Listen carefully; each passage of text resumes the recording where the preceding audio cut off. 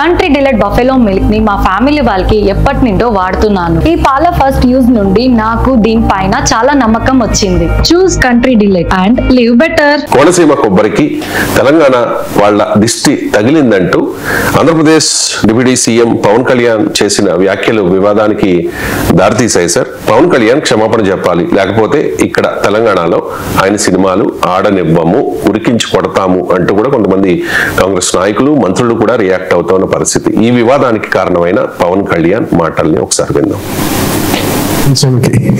రాష్ట్రం విడిపోవడానికి కూడా కారణం గోదావరి జిల్లాలో పచ్చదనమే. ఆ శాపం తగిలేసినట్టుంది. ఈరోజు గోదావరి జిల్లాలో మొత్తం కొబ్బరి చెట్లతోటి, తెలంగాణ నాయకులంతా అంటారు కొబ్బరి చెట్లతో చాలా ఆనందంగా ఉంటుంది, మీరు ఏమంటుందని పచ్చదనంతో చాలా బాగుంటుందండి. ఈరోజు కొబ్బరి చెట్లు ముండలు కూడా లేవు, అంత దిష్టి తగిలింది కోనసీమకి. సో నాకు నిజంగా చాలా బాగా, కళ్ళ ముందు ఒక మొక్క ఎదిగి ముండులు లేకుండా పడుతుంటే ఒక నిలువెత్తి ఎదిగిన బిడ్డ చచ్చిపోయినట్టే ఉంటుంది. ఆ బాధ నాకు తెలుసు. రాష్ట్రం విడిపోవడానికి కూడా కారణం గోదావరి జిల్లాలో పచ్చదనమే. ఆ శాపం తగిలేసినట్టుంది. ఈరోజు గోదావరి జిల్లాలో మొత్తం కొబ్బరి చెట్లతోటి, తెలంగాణ నాయకులంతా అంటారు కొబ్బరి చెట్లతో చాలా ఆనందంగా ఉంటుంది, మీరు ఏమంటుందని పచ్చదనంతో చాలా బాగుంటుందండి. ఈరోజు కొబ్బరి చెట్లు ముండలు కూడా లేవు, అంత దిష్టి తగిలింది కోనసీమకి.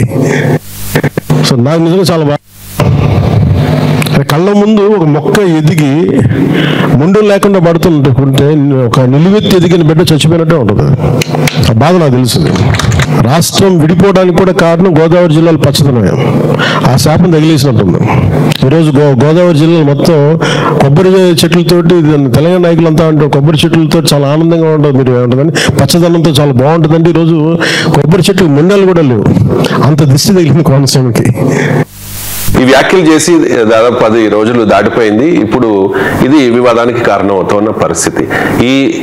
అంటే పవన్ కళ్యాణ్ వ్యాఖ్యల మీద సినిమాటోగ్రఫీ మంత్రి కోమటిరెడ్డి వెంకటరెడ్డి రెస్పాండ్ అయ్యారు. ఒక సినిమాటోగ్రఫీ మంత్రిగా చెప్తూ ఉన్న దానిలో పవన్ కళ్యాణ్ సినిమాలు ఆడనివ్వం, ఆయన క్షమాపణ చెప్పకపోతే అంటూ ఉన్నారు. ఒకసారి కోమటిరెడ్డి కానీ ఈ విధంగా మాట్లాడి దాదాపు 13 సంవత్సరాలు అయిపోయింది. తెలంగాణ 13 సంవత్సరంలో పడుతున్నది. ఈ సమయంలో మా తెలంగాణను అవమానపడుతుందని పవన్ కళ్యాణ్ గారు బేషరతుగా క్షమాపణ చెప్పితేనే తెలంగాణ ప్రజలు క్షమిస్తారు. ఇక దాన్ని క్షమాపణ చెప్పకపోతే ఎవ్వరు కూడా, చిరంజీవి గారికి సంబంధం లేదు. Chiranjeevi is a super man, ఆయన ఎప్పుడు కూడా వివాదాలకు దూరంగా ఉంటారు. కానీ పవన్ కళ్యాణ్ కొత్తగా రాజకీయాలకు వచ్చి డిప్యూటీ సీఎం కాగానే తెలిసి తెలియకనే మాట్లాడిండో, మరి కావాలని తెలంగాణ వాళ్ళని అవమానపరచాలనుకుండో ఏమనుకుండో, కానీ దాన్ని క్షమాపణ చెప్తే కనీసం ఆయన సినిమా 1-2 రోజులను ఆడుతుంది. చెప్పకపోతే ఎక్కడ కూడా తెలంగాణ థియేటర్లలో సినిమాలు రిలీజ్ కావు. సినిమాటోగ్రఫీ మినిస్టర్ గా నేను చెప్తున్నా ఈ మాట. కానీ ఈ విధంగా మాట్లాడి ఎమ్మెల్సీ బల్మూరి వెంకట్ రెస్పాండ్ అయ్యారు. అంతకంటే ముందు పొన్నం ప్రభాకర్ కూడా రెస్పాండ్ అయ్యారు. చంద్రబాబు నాయుడు అండ్ భారతీయ జనతా పార్టీ కూడా సమాధానం చెప్పాలి, మరి ఇక్కడ తెలంగాణ బీజేపీ నాయకులు రెస్పాండ్ అవ్వడం లేదు ఎందుకు అంటూ పొన్నం ప్రభాకర్ మాట్లాడారు. ఒకసారి రైట్. తెలంగాణ ఆంధ్రప్రదేశ్ 2 రాష్ట్రాలు కూడా ఒక అన్నదమ్ముల భావంతో ఉండేటువంటి రాష్ట్రాలు. తెలంగాణ తుఫాన్లో మునుగుతుంటే కూడా మేము ప్రకృతి అనుకుంటున్నాం తప్ప ఆంధ్ర ప్రజల తప్పు పడతలేదు. ఎక్కడో కోనసీమలో కొబ్బరి చెట్టు ఎండిపోతే ఆంధ్రలో ప్రాతినిధ్యం వహిస్తున్న ఉప ముఖ్యమంత్రి తెలంగాణ వల్ల దృష్టి జరిగిందంటే ఆయన వివేకవంతుడు అవివేకవంతుడు నాకు తెలియదు. నేను ఆ మిత్రపక్షంకు బాధ్యత వహిస్తున్న తెలంగాణ భారతీయ జనతా పార్టీ నాయకత్వం ఆయన పట్ల స్పందించాలని కోరుతా ఉన్నా. అదేవిధంగా ఆంధ్రప్రదేశ్ ముఖ్యమంత్రి గారు కూడా స్పందించాలి. స్వయంగా భారతీయ జనతా పార్టీ పొత్తున్నది కాబట్టి ఇందులో ఇటువంటి కక్షపూరిత 2 రాష్ట్రాల మధ్యలో వైషమ్యాలు కలిగేటువంటి మాటలు మాట్లాడడం అనేది దురదృష్టకరం. నేను ఇంతకుముందు చెప్పినట్టుగా ఆంధ్రాలో తుఫాన్ వస్తే తెలంగాణ మొన్న హుస్నాబాద్ కూడా మునిగింది. మేమేం ఆంధ్రప్రదేశ్లో తప్పు పడతలేదు, ప్రకృతి వైపరీత్యం కింద భావిస్తా ఉన్నాం. అక్కడెక్కడో చెట్లు ఎండిపోతే మమ్మల్ని దృష్టి కలిగిందని నిందిస్తే ఇది తెలంగాణ పౌరులకు అవమానం. వెంటనే ఉపసంహరించుకోవాలి, క్షమాపణ కోరాలి. భవిష్యత్తులో ఇటువంటి వివక్షపూరిత మాటలు మాట్లాడద్దు, విజ్ఞతగా వ్యవహరించు. ఉప ముఖ్యమంత్రి అయినా ఇంకా సినిమా నటుడు కాదు, కొంత బాధ్యతగా మాట్లాడు నేర్చుకోవాలని చెప్పి నేను ఈ సందర్భంగా కోరుతా ఉన్నా. ఇవాళ తెలంగాణ ఆంధ్ర కలిసి దేశంలో ఉన్నతంగా ఎదగడానికి ప్రయత్నం జరగాలి తప్ప ఇటువంటి వైషమ్యాలను సృష్టించేటువంటి మాటలు మా నుంచి రావు. పవన్ కళ్యాణ్ ఈ వ్యాఖ్యల్ని విత్డ్రా చేసుకోవాలి అండ్ తెలంగాణకు క్షమాపణ చెప్పాలి అని చెప్పి కాంగ్రెస్ మంత్రులు డిమాండ్ చేస్తున్న పరిస్థితి సార్. కానీ పవన్ కళ్యాణ్ అయితే ఇప్పటి వరకు స్పందించలేదు. కానీ జనసేన పార్టీ అఫీషియల్ గా ఒక ప్రకటన విడుదల చేసింది. మాటలను వక్రీకరించవద్దు. రాజోల్ నియోజకవర్గంలో ఉప ముఖ్యమంత్రి శ్రీ పవన్ కళ్యాణ్ గారు పర్యటించిన సందర్భంలో రైతులతో ముచ్చటిస్తూ చెప్పిన మాటలను కొంతమంది వక్రీకరిస్తూ ఉన్నారు. ఇరు రాష్ట్రాల మధ్య సుహృద్భావ వాతావరణం నెలకొన్న క్రమంలో ఆ మాటలని వక్రీకరించవద్దు అని చెప్పేసి. సో ఈ వివాదం మీద మీ కామెంట్ ఏంటి సార్? గతంలో పవన్ కళ్యాణ్ కూడా చెప్పారు, నాకు ఆంధ్రప్రదేశ్ జన్మనిస్తే తెలంగాణ పునర్జన్మనిచ్చింది అని. ఆ వ్యాఖ్యలను కూడా ఇప్పుడు జనసేన నాయకులు గుర్తు చేసుకుంటున్న పరిస్థితి. మీ కామెంట్ సార్?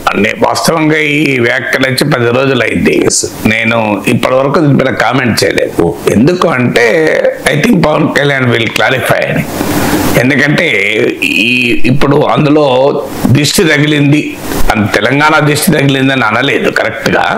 కానీ రాష్ట్ర విభజనకు కోనసీమ గోదావరి జిల్లాల పచ్చదనం కారణము అంటూ కంటిన్యూయేషన్ లో దిష్టి తగిలింది అన్నాడు. అంటే తెలంగాణ దిష్టి తగిలిందనే అర్థం వస్తుంది. వక్రీకరణ ఏంటిందో పోనీ అదన్నా చెప్పాలి కదా పవన్ కళ్యాణ్. నా దృష్టి అది కాదు, రాష్ట్ర విభజన గోదావరి జిల్లాల పచ్చదనం కారణము అని మాత్రమే అన్నాడు. దిష్టి తెలంగాణ గురించి కాదు అని చెప్పాలి. అది కూడా అనలేదు కదా. కానీ రెండు కలిపి చూసినప్పుడు ఖచ్చితంగా తెలంగాణ వాళ్ళ దృష్టి అన్న మీనింగ్ వస్తుంది తప్ప వక్రీకరణ ఏమీ లేదు అందులో. తర్వాత అసలు హిస్టరీ ప్రకారం కూడా పవన్ కళ్యాణ్ సీనియర్ నాయకుడు, డిప్యూటీ చీఫ్ మినిస్టర్, ఆంధ్రప్రదేశ్ లో గేమ్ చేంజరు. ఆ తెలంగాణ పట్ల చాలా అభిమానంగా చాలా మాట్లాడాడు. అలాంటి వ్యక్తి ఎలా మాట్లాడతారో ఆశ్చర్యంగా ఉంటుంది. గోదావరి జిల్లాల పచ్చదనానికి రాష్ట్ర విభజనకు సంబంధం ఏంటి? ఇప్పుడు గోదావరి జిల్లాల పచ్చదనం ఆధారంగా రాష్ట్రం విడిపోయిందా? ఇప్పుడు విడిపోతే గోదావరి జిల్లాల పచ్చదనం తెలంగాణకు వచ్చిందా? ఇప్పుడు విడిపోతే పోనీ జయాంధ్ర ఉద్యమానికి గోదావరి జిల్లాల పచ్చదనం కారణము, ఈ పచ్చదనాన్ని మేము తెలంగాణతో పట్టుకోదలుచుకోలే అంటే అర్థం ఉన్నది. ఇప్పుడు ఉమ్మడి రాష్ట్రం ఉంటేనన్నా కనీసం గోదావరి జిల్లాల పచ్చదనం తెలంగాణ ఉన్న రాష్ట్రంలో ఉంటుంది. విడిపోతే అంత తెలంగాణలో ఉండదు కదా. ఎందుకుంటుంది? రాష్ట్ర విభజన సంబంధం ఏంటి? సో తెలంగాణలో నీళ్లు, నిధులు, నియామకాల కొరకు జరిగింది. గోదావరి జిల్లాల పచ్చదనం ఇప్పుడు కాదు కదా, ఆంధ్రప్రదేశ్ ఏర్పడక ముందు నుంచి గోదావరి జిల్లాల పచ్చదనం. Sir Arthur Cotton Dhavaleswaram barrage కట్టినప్పటి నుంచి పచ్చగానే ఉంది, ఇక్కడ కొత్త పచ్చగా ఉంది ఏంటి? అయినా తెలంగాణ ఒక్కటే ఉన్నదా నీళ్లు లేని ప్రాంతం? రాయలసీమ లేదా? మరి గోదావరి జిల్లాలకు రాయలసీమ దిష్టి కూడా తగులుతుందా? అదంతేందుకు మీకు ఆంధ్రప్రదేశ్లోనే డ్రై ఏరియాస్ లేవా? ప్రకాశం జిల్లా ఉంది, మరి కోనసీమకు ప్రకాశం జిల్లా దిష్టి తగులుతుందా? మీకు అదే తూర్పుగోదావరి జిల్లాలో రంపచోడవరం ఈ ప్రాంతం ఉంది, దేవీపట్నం ఆ ప్రాంతమేమో మీకు వెట్ ల్యాండ్, మీదంతా డ్రై హిల్ ఏరియా కదా. మరి వాళ్ళ కూడా తగులుతుందా చెప్పండి? సో మీకు ఎప్పుడు కూడా ఒక ప్రాంతాన్ని అవహేళన చేసేలా, అవమానించేలా ఎప్పుడు ఉండకూడదు. తెలంగాణ ప్రజలు అంత దుర్మార్గులు కాదు కదా. ఏది గోదావరి జిల్లాల కొబ్బరి చెట్లను చూసి ఆనందపడే వాళ్ళమే కదా. నేను తెలంగాణలో పుట్టి పెరిగినామని, నేను గోదావరి జిల్లాల పచ్చదనం చూసి చాలా ఆనందపడతాను. కోనసీమ అంటే నాకు కూడా ఇష్టమే, మారేడుమల్లి అడవులకు కూడా వెళ్ళొచ్చాను. కానీ అది మన దేశంలోనే ఎందుకు తెలంగాణ ప్రజలు ఆంధ్ర ప్రజల పచ్చదనాన్ని చూసి దిష్టి పడడం అనేది, ఆంధ్ర ప్రజల పచ్చదనం చూసి కొల్లిపోతారా? మాకు నీళ్లు లేవు, అన్యాయం జరిగింది, మా గోదావరి ఇక్కడ ఉండి కూడా మాకు నీళ్లు లేవు, కృష్ణానది అత్యధికంగా తెలంగాణలో కూడా పారినా ప్రవహించినా మాకు నీళ్లు లేవని తెలంగాణ ప్రజలు కొట్లాడారే తప్ప ఈ సాంస్కృతిక ఆధిపత్యాన్ని తెలంగాణ ప్రశ్నించింది. చాలా మందికి అర్థం కావాల్సింది, తెలంగాణలో డెవలప్మెంట్ జరగలేదా, హైదరాబాద్ డెవలప్మెంట్ జరగలేదా, హైదరాబాద్ డెవలప్మెంట్ ఇంత జరిగిన ప్రత్యేక రాష్ట్రం ఎందుకు అని చాలా మంది అడుగుతూ ఉంటారు. ఈ కల్చరల్ డామినేషనే తెలంగాణ ప్రజల్లో కసిపించింది. అంటే సినిమాల్లో తెలంగాణను అవమానించడం. ఇప్పుడు నా అనుభవం చెప్తాను, ఇప్పటికీ కూడా నన్ను ట్రోల్ చేసే తెలుగుదేశం మిత్రుడు నువ్వు తెలంగాణని నీకేం పని అంటాడు. విచిత్రం ఏంటంటే చంద్రబాబు నాయుడు వీకెండ్లు వస్తే హైదరాబాద్లో ఉంటాడు, తెలంగాణలో ఉంటాడు. కానీ నాకు మాత్రం ఆంధ్రప్రదేశ్ రాజకీయాల గురించి మాట్లాడద్దు అంటారు. నువ్వు రాజకీయాల గురించి మా గురించి తెలంగాణ నీకే సంబంధం అని తిడుతూనే ఉంటారు రోజు. నేను లోకేష్ కూడా మెసేజ్ పెట్టాను, ఇది న్యాయమా మీరు చెప్పండి అని. ఆన్సర్ లేదు, zero, no reply. So apply కానీ నో రిప్లై. సో సో మన తెలంగాణ నడుతుంటాడు ఏంటి, నేను తెలుగు అని, నేను భారతీయ అమెరికా రాజకీయాల గురించి ఆఫ్రికా రాజకీయాల గురించి మాట్లాడతాను అంటే తెలంగాణోడు మాట్లాడకూడదు, తెలంగాణోడు తెలివి ఉండదు, తెలంగాణ వాళ్ళకు అన్నం తినడం తెలియదు. ఇదివరకోసారి ఇలాగే తెలంగాణ వాళ్ళకి వరి తినడం నేర్పినాం. అసలు ఆశ్చర్యం ఉంటుంది, తెలంగాణలో వరి తినలేదు. తెలంగాణలో కరీంనగర్లో గోదావరి జిల్లాలో వరి పండిస్తారు, తెలియదు, జాగ్రఫీ తెలియదు, హిస్టరీ తెలియదు. ఇప్పుడు నేను ఆదిలాబాద్ జిల్లాలో పుట్టినండి, నేను పుట్టినప్పటి నుంచి అన్నం మీద తింటున్నా, వరే తింటున్నా. నేను మక్కలు తినలే, జొన్నలు తినలే. సో మక్కలు జొన్నలు తినేవాళ్ళు ఉండొచ్చు, అదంతానే ఉంటారు, రాగులు తినేవాళ్ళు ఉంటారు. అట్లంటే మీకు ఉత్తర భారతదేశంలో గోధుమలు తింటారు, తింటే వాళ్ళకి వాళ్ళ సంస్కృతి లేదా, ఎవరు తినేది వాళ్ళు తింటారు. సో రాయలసీమలో రాగి తింటారు, మరి వాళ్ళకి వరి తినడం తెలియదంటే వరే తినాలని రూల్ ఉందా? ఎక్కడ పండే వంటలు కాదు వాళ్ళు తింటారు. రాయలసీమలో రాగి ముద్ద, రాగి సంకటి, మీకు రాగి ముద్ద, వేరుశనగ చట్నీ, పల్లికాయ చట్నీ, అసలు మామూలు ఉండదు కాంబినేషన్ కదా. సో మాకు కౌన్సిల్లో రాయలసీమ నేతలు వచ్చి రాగి ముద్ద, రాగి సంకటి పంచేవాళ్ళు కూడా. So we should respect food, we should respect culture, we should respect ప్రాంతాలను గౌరవించాలి, భాషల్ని గౌరవించాలి, సంస్కృతిని గౌరవించాలి. ప్రతి రాష్ట్రానికి ఏం పచ్చదనం మీకు గోదావరి జిల్లాలో ఉంటుందా? మీరు వెళ్ళండి ఆదిలాబాద్ గుట్టల కొండలలో ఎంత పచ్చదనం ఉంటుందో, మీకు హైయెస్ట్ పచ్చదనం ఉంటుంది. మీరు ఒక్కసారి అటు వెళ్ళినండి ఆదిలాబాద్ జిల్లాలోకి, ఇంటీరియర్లోకి, ఎంత అద్భుతమైన, ఎక్కడ మీకు ములుగు దగ్గరికి వెళ్ళండి, భగవత వాటర్ ఫాల్ దగ్గరికి వెళ్ళండి, పచ్చదనం ఉంటుందో లేదో తెలుస్తుంది. ఏటు నాగారం, మీకు ములుగు, అటు నుంచి భద్రాచలం వరకు బ్రహ్మాండమైన పచ్చదనం ఉంటుంది. పచ్చదనం ఒక్క చోటు ఉంటుందా? కోనసీమ అందాలు గొప్పవి, అందులో అనుమానమే లేదు. గోదావరి జిల్లాలు గొప్ప, కానీ నిరంతరం తెలంగాణను అవమానించడం మనం చూసాం. ఇద్దరు ఉమ్మడి రాష్ట్రంలో అసలు తెలంగాణ పదాన్నే శాసనసభలో మాట్లాడకూడదు నిషేధించిన సందర్భం చూసాం. ఈ సాంస్కృతిక ఆధిపత్యాన్ని తెలంగాణ ప్రశ్నించింది. సో ఈ మైండ్ సెట్ అనేది నీకు మనసులో ఉన్నటువంటి భావన ఎక్కడోసారి బయటకు వస్తూనే ఉంటుంది. మేము సుపీరియరు, తెలంగాణ ఇన్ఫీరియరు, తెలంగాణ అనేది తక్కువ అనే భావన ఎందుకు ఉండాలి? తెలంగాణ, ఆంధ్ర, రాయలసీమ ఎవరి ప్రత్యేకతలు వారికి ఉంటాయి. ఇప్పుడు ఉత్తరాంధ్ర అంత వెనుకబడిన ప్రాంతం, ఉత్తరాంధ్ర సంస్కృతి లేదా? మహనీయులు ఇచ్చినటువంటి గడ్డ కదా ఉత్తరాంధ్ర. మహనీయులు ఎవరు? మామూలు మహనీయులు కాదు. గురజాడ అప్పారావు, మహాకవి శ్రీశ్రీ, మీకు రావిశాస్త్రి, మామూలు గిడుగు రామ్మూర్తి పంతులు, గొప్ప మామూలు విషయం కాదు కదా వీళ్ళంతా. మీకు గానకోకిల సుశీల, సో మీకు వంగపండు లాంటి జానపద కళాకారులు, ఇంతమందిని ఇచ్చింది ఉత్తరాంధ్ర. అది వెనుకబడిన ప్రాంతమే కదా, దాని సంస్కృతి లేదా? ఉత్తరాంధ్ర కూడా వెనుకబడిన ప్రాంతమే. రాయలసీమ ఎంత ప్రాంతం, వీరబ్రహ్మం, వేమన లాంటి సంఘ సంస్కృతి ఇచ్చినటువంటి పుణ్యభూమి కదా. ఉయ్యాలవాడ నరసింహారెడ్డి లాంటి స్వాతంత్ర పోరాట యోధులు ఇచ్చింది కదా రాయలసీమ గడ్డ. మీకు అన్నమయ్య లాంటి మహనీయులు ఇచ్చింది కదా. బ్రహ్మం ఒక్కటే పరబ్రహ్మం ఒక్కటే అన్న పదకవిత పితామహుని ఇచ్చింది కదా. మరి రాయలసీమను మనం అవమానించుదామా? నీళ్ళు లేవు కనుక రాయలసీమను అవమానించుదామా? సో ప్రతి ప్రాంతానికి ఒక ప్రత్యేకత ఉంటుంది, ప్రతి ప్రాంతానికి జాగ్రఫీ ఉంటుంది, కల్చర్ ఉంటుంది, హిస్టరీ ఉంటుంది, లాంగ్వేజ్ ఉంటుంది. వీటిని నిరంతరం అవమానిస్తే ఇక్కడ ప్రజలు ఊరుకోరు. సినిమాల మీద గోలాదే కదా, తెలంగాణ భాషను విలన్లకు పెట్టేవారు, బఫూన్లకు పెట్టేవారు, జోకర్లకు పెట్టేవారు. అసలు తెలంగాణ ప్రాంతాలను ఎక్కడ కనిపించేవి కాదు. మీకు ఎక్కడైనా తెలుగు సినిమాలో బతుకమ్మ పండుగ కనిపించిందా? మీకు ఎక్కడన్నా బతుకమ్మ పండుగ తెలంగాణలో అతిపెద్ద సినిమా, అతిపెద్ద పండుగ. నా పెళ్ళి ఇప్పటికీ 34 years అయింది. ఈ 30 years లో బతుకమ్మ పండుగ మా మిసెస్ వరంగల్లో ఉంది, కలిగారెట్లో ఉంటుంది. అంత గొప్ప పండుగ ఇది. ఎక్కడ తెలుగు సినిమాలో ఉందో సంక్రాంతి కనబడుతుంది, బతుకమ్మ ఎందుకు కనబడదు? మీకు తెలంగాణలో ఎక్కడన్నా తెలంగాణ పుణ్యక్షేత్రాలు కానీ, తెలంగాణ రైల్వే స్టేషన్లు కానీ, బస్ స్టాండ్లు కానీ, ఎక్కడికన్నా ఏదన్నా తెలుగు సినిమాలో హీరో కరీంనగర్ వేయండా, మంచిర్యాల వేయండా, పోడు. ఎందుకు పోడు పక్కన ఇక్కడే షూటింగ్ అయితే అన్నపూర్ణ స్టూడియోస్లో, అక్కడే రామోజీ ఫిల్మ్ సిటీలో షూటింగ్ అయితే. కానీ తెలంగాణ జాగ్రఫీ ఉండదు, తెలంగాణ హిస్టరీ ఉండదు, తెలంగాణ కల్చర్ ఉండదు. ఆఖరి సినిమా పాటలు కూడా తెలంగాణ పేర్లు ఉండదు. ఆ అంటే అమలాపురం, ఈ అంటే ఇచ్చాపురం అంటారు, కానీ హిందూరు అన్నారు, ఆదిలాబాద్ అన్నారు. ఉస్మాన్ సిట్లో తెలుగు సినిమా హీరోలు చదవరు, ఒక్క సినిమా హీరోలు చదవరు ఉస్మాన్ సిట్లో. ఎందుకు చదవరు? వరంగల్ NITలో చదవచ్చు కదా సినిమా హీరోలు. అసలు ఎందుకు ఇంత అవమానిస్తూ? అది ఉమ్మడి రాష్ట్రంలో జరిగింది, దానికే తెలంగాణ ఉద్యమం వచ్చింది.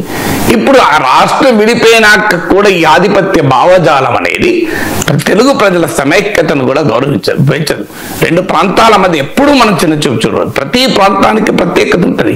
మీకు రాయలసీమ గురించి మీకు రాసినటువంటి తెలంగాణ కవులు మామూలు కాదు కదా. రాయలసీమ కీర్తిని గొప్పగా పొగుడుతూ రాశారు కదా తెలంగాణ కవులు కూడా. ఏముంది అందులో?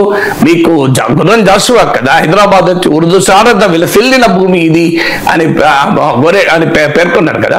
రాయలసీమ పైన గోరేటి వెంకన్న రాసిన పాట చూడండి ఎంత గొప్పగా ఉంటుందో. రాయలసీమ పైన అద్భుతంగా ఉంటుంది గోరేటి వెంకన్న. గోరేటి వెంకన్న ఎక్కడో తెలంగాణ బిడ్డ కదా. తెలంగాణ బిడ్డ అద్భుతంగా రాయలసీమ గురించి పాడాడు. గుర్రం జాషువా గుంటూరు గడ్డ పైన పుట్టిన బిడ్డ హైదరాబాద్ పొగుడుతూ ఉర్దూ శారద విలసిల్లిన గడ్డ ఇది అని పొగిడాడు. సో ఎందుకు మనము ఈ యొక్క రాష్ట్రాన్ని, ఒక భాషను, ఒక ప్రాంతాన్ని అవమానిస్తూ తెలంగాణ ప్రజలు అంత దుర్మార్గులే కారు, ప్రేమిస్తారు, అభిమానిస్తారు. ఆంధ్ర ప్రాంతం అభివృద్ధి అంటే సంతోషం కదా. ఆంధ్ర ప్రాంతం అభివృద్ధి చెందొద్దని తెలంగాణ ప్రజలు ఎందుకు అనుకుంటారు? తెలంగాణ ప్రజలకు మాట్లాడే హక్కు ఉండదు ఆంధ్ర గురించి. తెలంగాణ ప్రజలు ఆంధ్రప్రదేశ్ గురించి మాట్లాడితే తప్పు. సో ఏంటి సంస్కృతి భావజాలం, ఈ ఆధిపత్య భావజాలం? ఆంధ్రప్రదేశ్ వల్ల మార్చి ఆంధ్రప్రదేశ్ ముఖ్యమంత్రి, ఉప ముఖ్యమంత్రి హైదరాబాద్ లో వీకెండ్ గడపచ్చు, కానీ తెలంగాణ మాట్లాడద్దు ఆంధ్రప్రదేశ్ గురించి. మాట్లాడుతూ తెలంగాణుడివి, నీకెందుకు నీవాడు మాట్లాడడానికి? అంటే తెలంగాణోడికి అంత తెలివి ఉండదా? ఇది రాజకీయం అండి. ఇక ఆంధ్రప్రదేశ్ గురించి మాట్లాడతారు, అమెరికా ఆఫ్రికా గురించి మాట్లాడారు, నన్ను తెలంగాణ రోజు తిరుగుతుంటారు. కింద కామెంట్లు చూడండి కనబడుతుంది మీకు. నా యూట్యూబ్ ఛానల్ ఓపెన్ చేసి చూడండి. ఎవరు దీన్ని ఎందుకు అరికట్టరు? ఎవడో తెలియదక్కులు అంటుంటారు. పార్టీ నాయకత్వమైన ఒకసారి మాట్లాడి పద్ధతి కాదు. మనం నాగేశ్వర విశ్లేషణ అంటే తప్పని చెప్పండి. తెలంగాణ ఇవన్నీ ఎందుకు తిడుతున్నాను? ఎందుకు నా అనుభవం కూడా చెప్తున్నట్టు ఇది ఒక్క లెవెల్లో జరగడం లేదు. అసలు తెలంగాణ వాళ్ళకి ఏమీ రాదు. గతంలో ఇదివరకు ఇలాగే తెలంగాణ మీద అభాండాలు వేశాడు. ఇక్కడ నీకు తెలంగాణ భూముల్లో ఏది పండేది కాదు. పండగ చేసింది ఎవరు? తెలంగాణను పాలించినటువంటి ముఖ్యమంత్రులంతా తెలంగాణలో ఉన్న వాళ్ళు ఒక 10% కదా. మరి మీరే చేసింది. ఇక్కడ ఇలా భూముల్లో లేవు, పండదు. అసలు ఎవరు చెప్పారంటే మీకు? నీళ్లు లేక పండలేదు, భూములకు శక్తి లేక కాదు. ఆదిలాబాద్ చుట్టూ ఉన్నటువంటి నదులు మామూలు కాదు. గోదావరి, పెనుగంగా, మీకు ప్రాణహిత, మీకు కనుక నీళ్ళు ఇస్తే ఆదిలాబాదు మరో పంజాబ్ అవుతుంది. ఇలా మరి అందువల్ల తెలంగాణ సంస్కృతి, పండుగలు, భాష, తెలంగాణ హిస్టరీ, కల్చర్ అన్నిటిని అవమానిస్తామంటే ఎట్లా?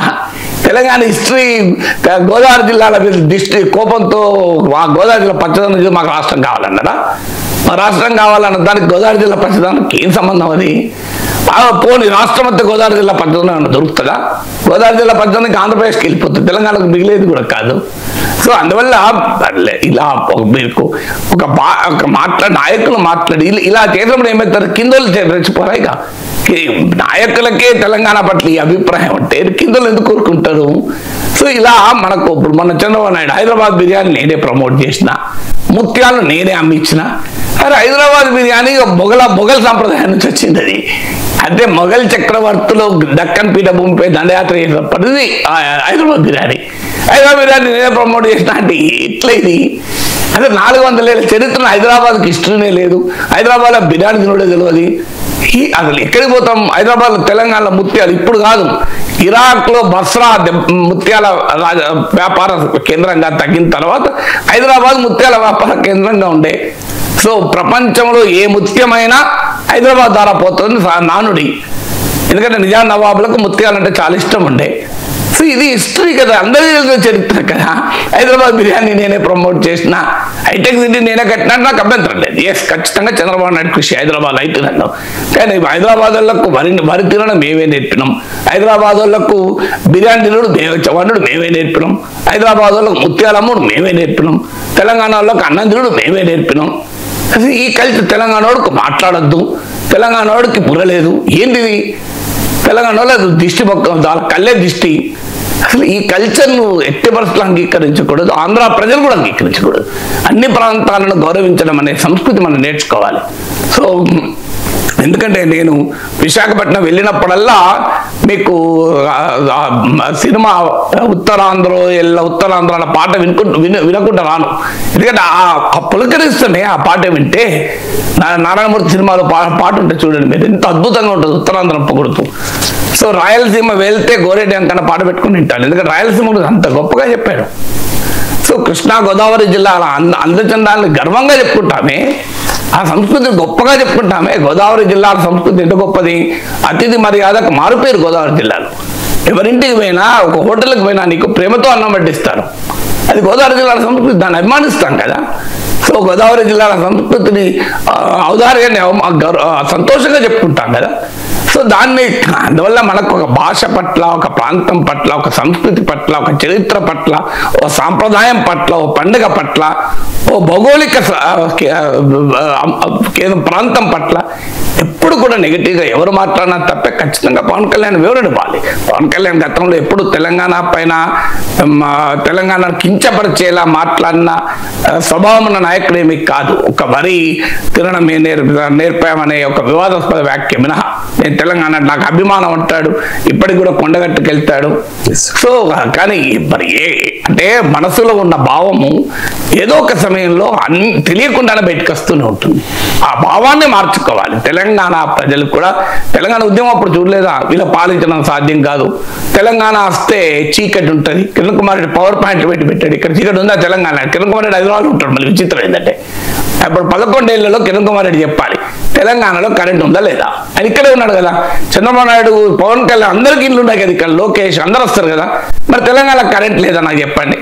ఎంత అందరూ తెలంగాణ వస్తే కరెంట్ ఉండదు, తెలంగాణ వస్తే పాలన చేత కాదు, తెలంగాణ వస్తే నక్సలిజం పెరుగుతుంది. పెరిగిందా తెలంగాణ నక్సలిజం చెప్పండి. తెలంగాణ ఎక్కడ దొరుకుతుంది? ఇడ్మా ఎక్కడ తెలంగాణ నాకు దొరికిండు. ఇడ్మాని మీరు గోదావరి జిల్లా మారేడుపల్లి అడవుల్లో కదా. తెలంగాణ ఎక్కడ ఉన్నది? తెలంగాణ వస్తే మత కళాలు జరుగుతాయి. 11 ఏళ్ళు నాకు మత కళాలు జరిగినాయి చెప్పండి. తెలంగాణ వస్తే ఇతర సీమాంధ్ర ప్రాంత ప్రజలపైన దాడులు జరుగుతాయి. జరిగిన ఒక్క దాడులు జరిగిందా?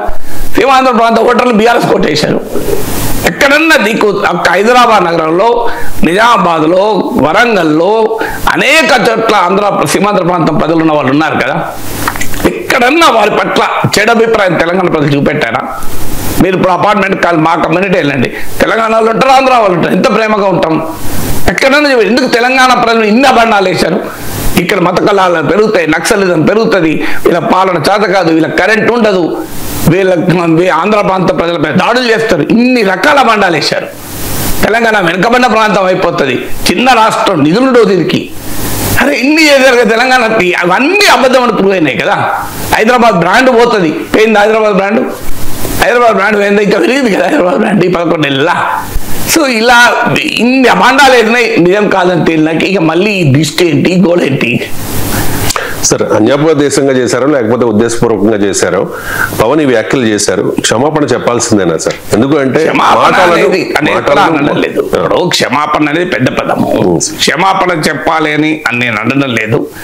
ఈవెన్ కోమరెడ్డి వెంకరెడ్డి, పవన్ కళ్యాణ్ సినిమాలు ఇక్కడ నటించకుండా చేస్తామని కూడా కరెక్ట్ కాదు. అది హక్కు ఎవరికీ లేదు. తెలంగాణ ప్రాంతంలో పర్యటించే హక్కు ఉంది, సినిమాలు ప్రదర్శించుకునే హక్కు ఉంది. పవన్ కళ్యాణ్ సినిమా పవన్ కళ్యాణ్ ఒక్కరిది కాదు కదా, దాని మీద వందలాది మంది సినిమా కార్మికుల శ్రమ ఆధారపడింది. అందువల్ల పవన్ కళ్యాణ్ మాట అంటే ఆ మాట వరకే పరిమితం కావాలి.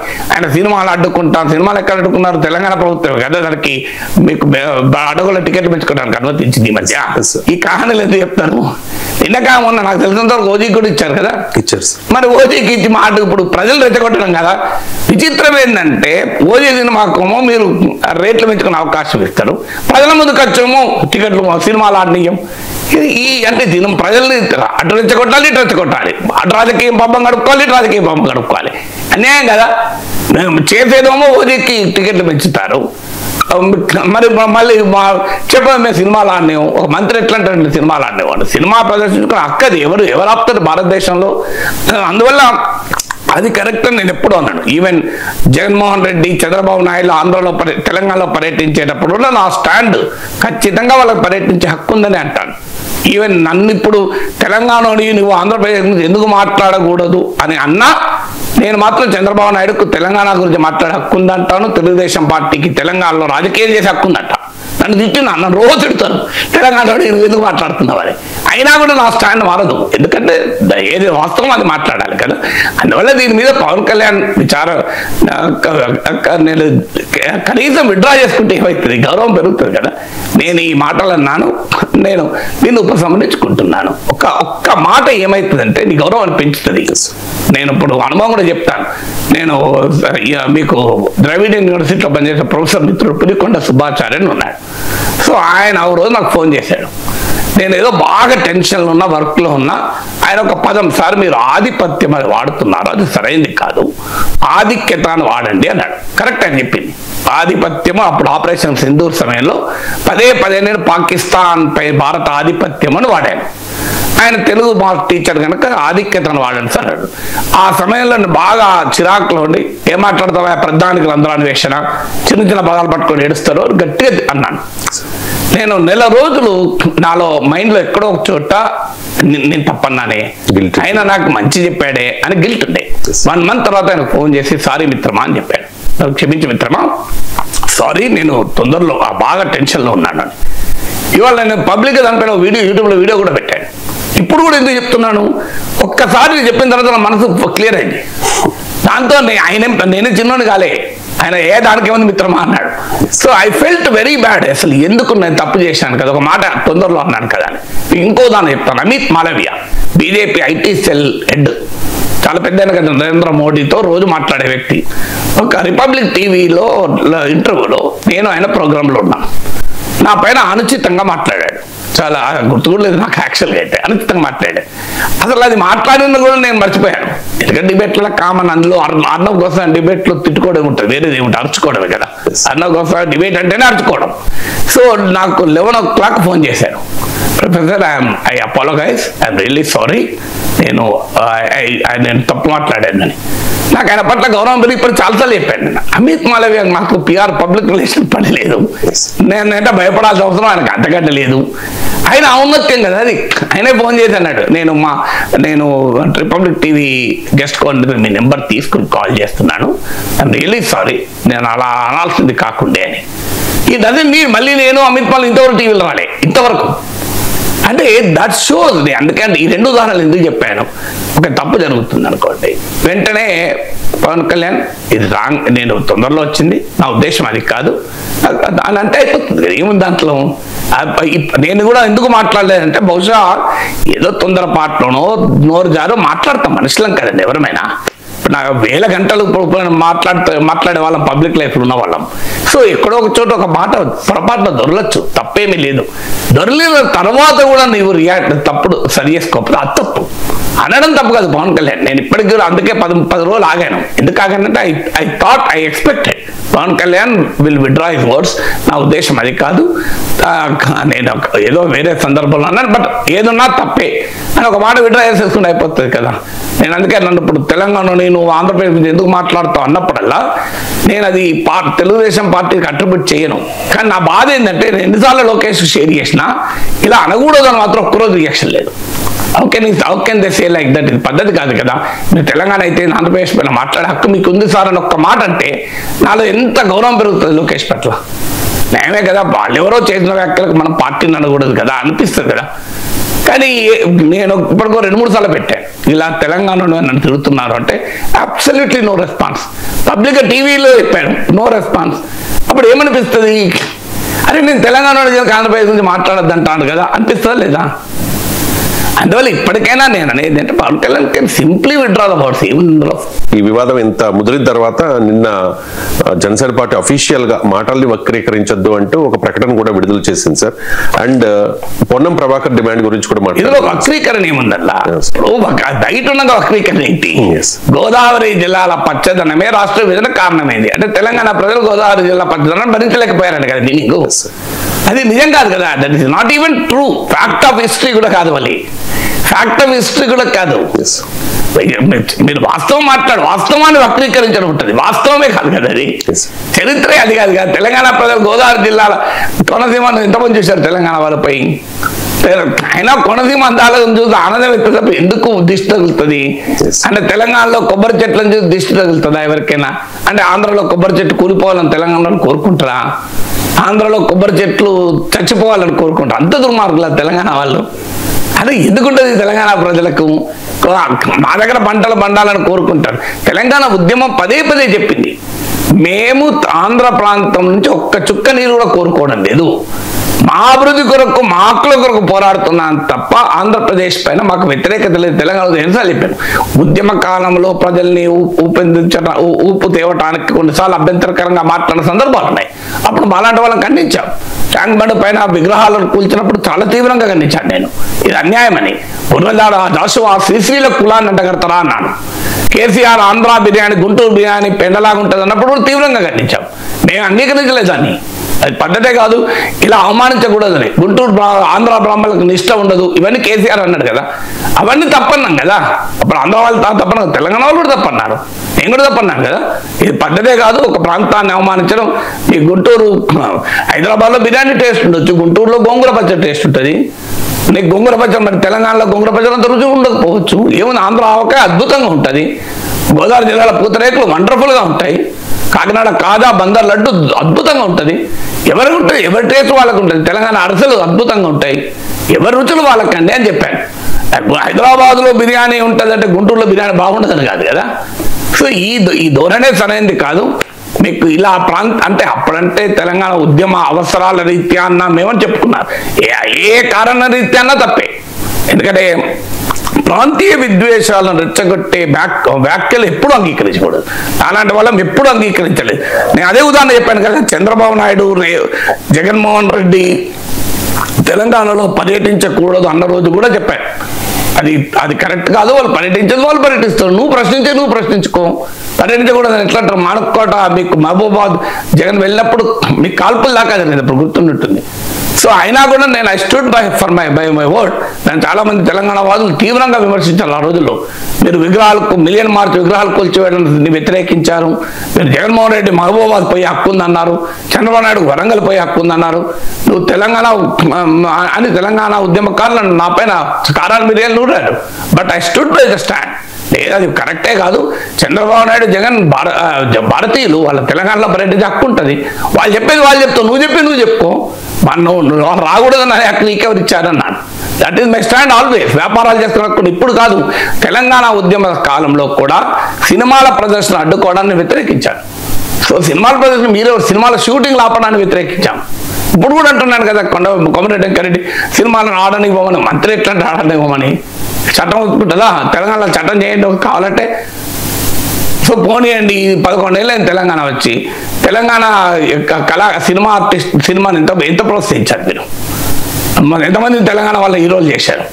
ఏమీ చేయకుండా మన ప్రతిదాన్ని సంకుచిత భావాలతో చూడాల్సిన అవసరం లేదు. పవన్ కళ్యాణ్ అన్న మాటలు తప్పు, దాన్ని విడ్రా చేసుకోమని చెప్పాలి. సినిమాలు నడవనివ్వం, సినిమాలు నడవనివ్వం, అదే కరెక్ట్ కాదని ఇప్పుడు అంటున్నాను కదా.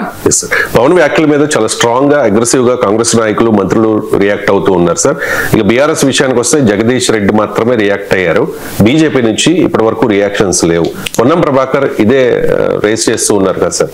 చంద్రబాబు నాయుడు అండ్ ఇక్కడ ఎన్డీఏలో భాగస్వామ్యమైన భారతీయ జనతా పార్టీ, టీబీజేపీ నాయకులు కూడా రెస్పాండ్ అవ్వాలి అని చెప్పేసి సార్, వాళ్ళు కూడా రెస్పాండ్ అవ్వాలి. ఖచ్చితంగా రెస్పాండ్. అప్పుడు తెలంగాణ ఉద్యమానికి మేము మాత్రమే పేటెంట్ హోల్డర్లు అని చెప్పి బీఆర్ఎస్ ఎందుకు రియాక్ట్ కాదు? అంటే పవన్ కళ్యాణ్ కు కేసీఆర్ అంటే గౌరవం చాలా. ఆ రిలేషన్స్ వలన నాకు కూడా పవన్ కళ్యాణ్ అంటే చాలా అభిమానం. పవన్ కళ్యాణ్ నేనంటే అభిమానం కూడా. తప్పే ఉన్నది. వ్యక్తిగతంగా పవన్ కళ్యాణ్ దేశిత మీరు నా విశ్లేషణలో పవన్ కళ్యాణ్ నేను తీవ్రంగా విమర్శించింది ఎప్పుడు లేదు కదా. సందర్భం వచ్చినప్పుడే తప్ప కావాలని ఎప్పుడు ఎవరిని విమర్శించలేదు. పవన్ కళ్యాణ్ అసలు విమర్శించలేదు. Pawan Kalyan game changer, Pawan Kalyan man of the match అని ఎన్నిసార్లు గొప్ప చెప్పాను. సో కానీ ఇష్యూ వచ్చినప్పుడు you should stand by what is fact. BRS ప్రతి చిన్నదాన్ని అద్భుతంగా తెలంగాణ ఉద్యమానికి వాడుకొని, తెలంగాణ భావజాలం పెంచడానికి వాడుకునేది. దీనిపైన ఎందుకు మరి సీరియస్ గా రియాక్ట్ అవుతలేరు అనేది క్వశ్చన్ వస్తుంది కదా, డెఫినెట్ గా వస్తుంది. సో దాని రీజన్ ఏంటి? అసలు ఏది ఉన్నా వెంటనే మొదలొచ్చేది వాళ్ళే కదా. అలాగే బీజేపీ అయితే తెలంగాణ మేమే ఇచ్చాం, తెలంగాణకు మేమే మా వాళ్ళని తెలంగాణ చెప్తారు కదా. మరి పవన్ కళ్యాణ్ దానికి తప్పనొచ్చు కదా. ఏం పార్టీ పొత్తుంటే తప్పనడానికి బాధ ఏంటి? పార్టీ ఇక్కడ తెలంగాణలో కూడా వాళ్ళు పొత్తు పెట్టుకున్నారు, ఆన్సర్ చెప్పాలి కదా. మరి పొత్తు పెట్టుకున్నప్పుడు ఇక్కడ కూడా మున్సిపల్ కార్పొరేషన్ కల్లా పొత్తు పెట్టుకున్నారు కదా. సో డెఫినెట్ గా కూటమిలో భాగంగా ఉన్నారు కనుక తెలంగాణ బీజేపీ కూడా రియాక్ట్ కావాలి. ఇప్పుడు నిన్న రేవంత్ రెడ్డి వ్యాఖ్యలు చేస్తే మీరు రాష్ట్రం అంతా నిరసనలు చెప్తలేరా? అంటే మరి తెలంగాణ అవమానిత ఎందుకు నిరసన తెలిపారు? కనీసం ఒక ప్రొటెస్ట్ చేస్తే ఇది పద్ధతి కాదని అనొచ్చు కదా. అది అనడానికి కూడా మీకు పొత్తుదలం అడవచ్చిందా? పొత్తుదలమే ఉన్నది. పవన్ కళ్యాణ్ పట్ల గౌరవం ఉండడం వేరు. పవన్ కళ్యాణ్ చేసిన వ్యాఖ్య తప్పు అనడం వేరు, గౌరవం ఉండడం వేరు, తప్పు వేరు. ఇప్పుడు నాగేశ్వరరావు తప్పుగా మాట్లాడాను అనుకోండి, నా పైన గౌరవం ఉన్నది కదా, తప్పన్నారా? ఖచ్చితంగా తప్పనాలి. గౌరవమే, దానికి ఏం సంబంధం? పొత్తే దట్ డజంట్ మీన్ రేపు ఇంకో ఇష్యూ వస్తుంది పవన్ కళ్యాణ్ రైట్ అంటే. ఇప్పుడు ఇదే విశ్లేషణలో కోమటిరెడ్డి వెంకటరెడ్డి అందరూ కూడా తప్పన్నాను కదా నేను. ఓకే, ఇదే సేమ్ విశ్లేషణలో కూడా. అందువల్ల తెలంగాణ బీజేపీ మరి తెలంగాణ అవమానించినా కూడా వాళ్ళకి ఏం పట్టదు అంటే తప్పే కదా వాళ్ళది కూడా.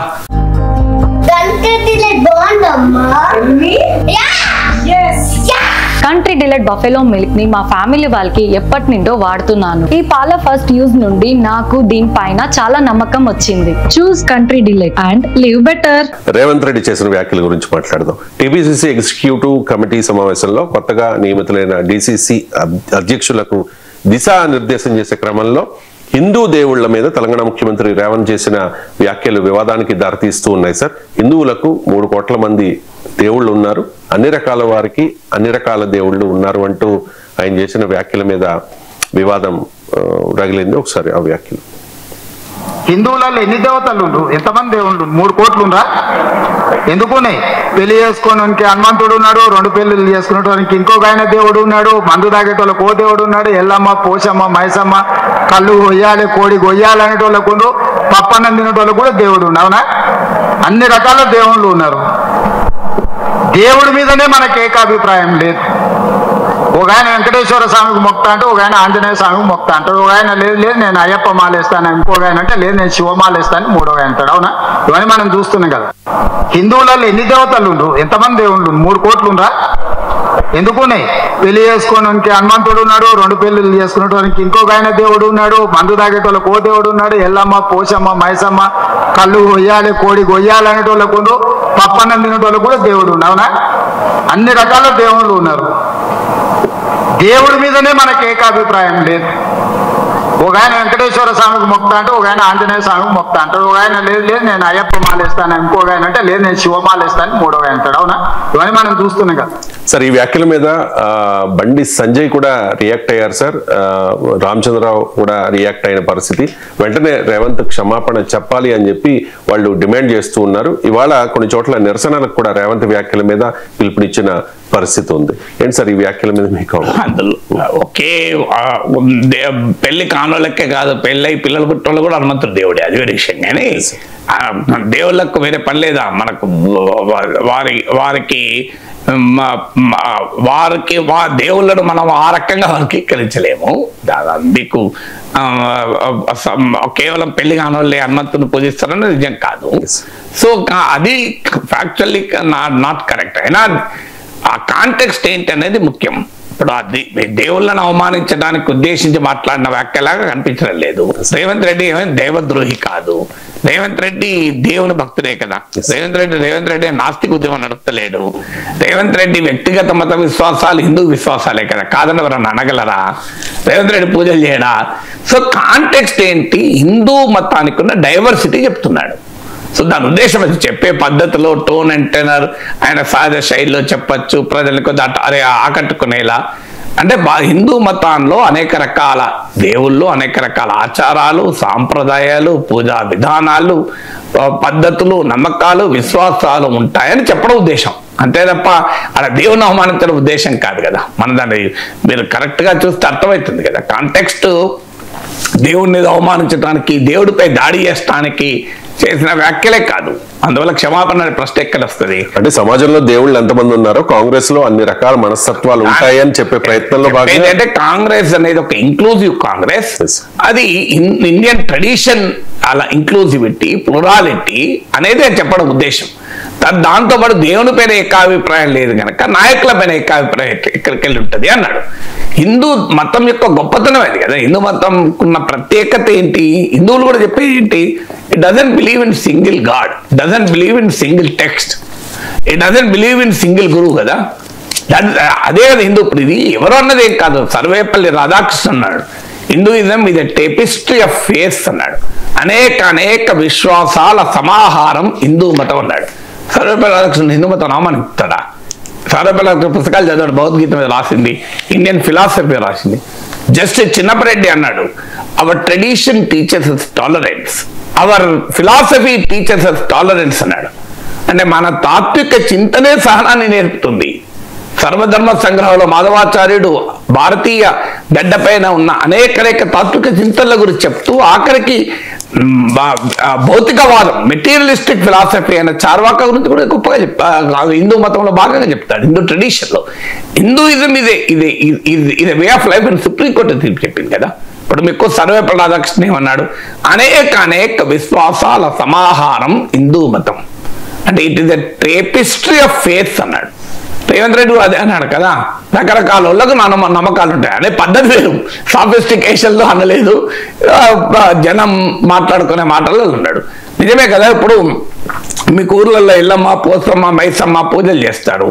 మీకు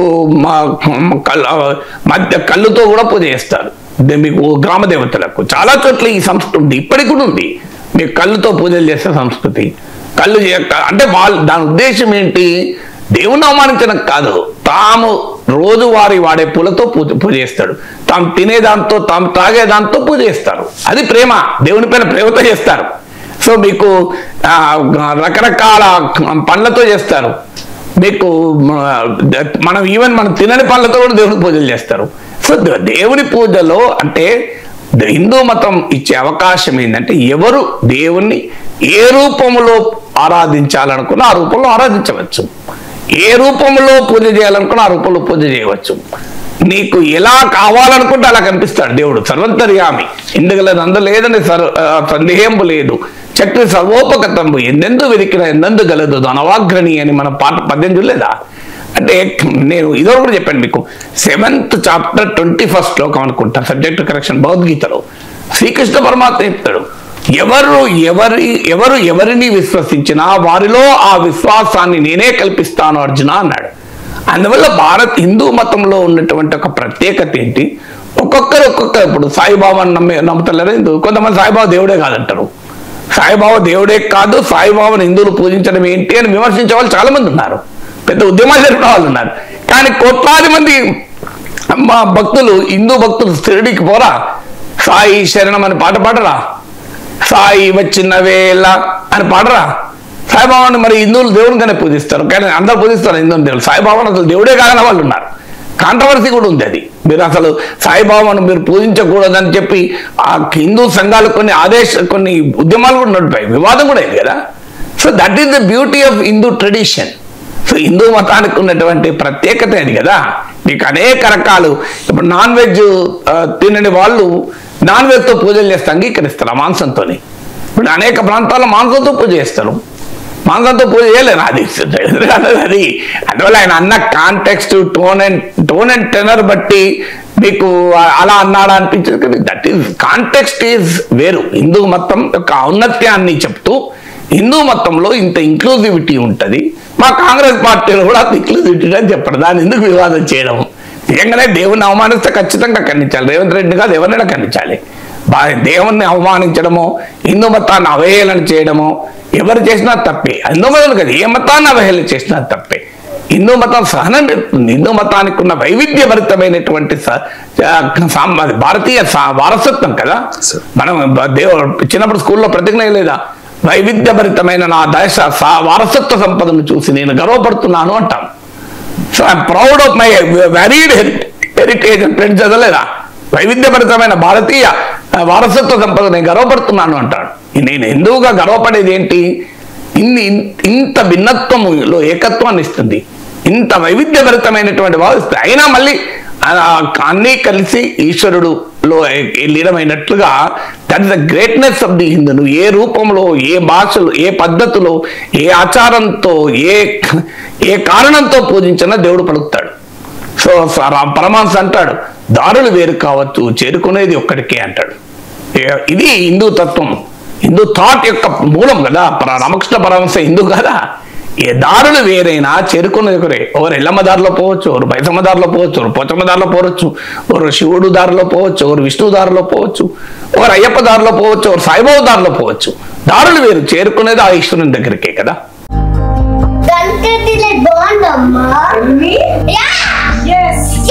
కంట్రీ డిలైట్ బఫెలో మిల్క్ ని మా ఫ్యామిలీ వాళ్ళకి ఎప్పటి నుండో వాడుతున్నాను. ఈ పాల ఫస్ట్ యూజ్ నుండి నాకు దీనిపైన చాలా నమ్మకం వచ్చింది. Choose Country Delight and live better. BRS working president KTR ignition 2025 summit లో పాల్గొన్నారు సార్.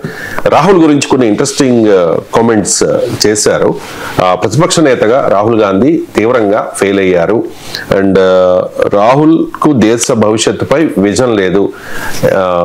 ప్రతిపక్ష కూటమికి రాహుల్ గాంధీ గుదిబండలా తయారయ్యారు అని చెప్పి అండ్ ప్రధాని మోదీకి అతిపెద్ద బలం కాంగ్రెస్ నేత రాహుల్ అంటూ ఉన్నారు సార్. కేటీఆర్ ఒకసారి అబ్బాయి ప్లే చేయండి.